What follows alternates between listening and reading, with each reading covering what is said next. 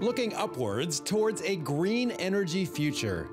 Wind farms like this one north of Berlin have become a common sight in the German countryside. We have a couple of hundred wind turbines in this area, and they produce as much electricity just in this county to produce half the electricity demand of Berlin at night. Renewable energy sources like wind and solar are the backbone of a decades-long program in Germany called the Energiewende, or energy transition.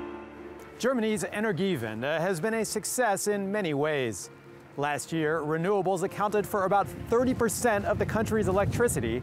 That's almost 5 times as much as in the year 2000. But the country's environmental ministry recently warned that it's badly off course on the carbon emissions goals it wants to meet by 2020. The main reason for this is its continued reliance on coal, which produces almost 40% of the country's electricity. Heavy industry is profiting at the moment because we have very cheap energy from very old, dirty coal-fired power plants. Politicians from most major parties have so far refused to take a stand on the issue. The most common argument against phasing out coal is that German industry and consumers will suffer economically.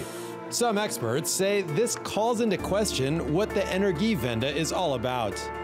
They argue that Germany is risking its global credibility on climate change. What other countries can perhaps learn here is what you shouldn't do. Germany has invested a lot of money in order to advance wind and solar technology, but now that the technology is ready for the market, we're giving up our position to countries like China because we can't manage the transition away from coal. The international community meeting in Bonn to discuss implementing the Paris Climate Accord will be watching their German hosts to see whether they'll be able to turn their own energy policy around. Ira Spitzer, TRT World, Brandenburg, Germany.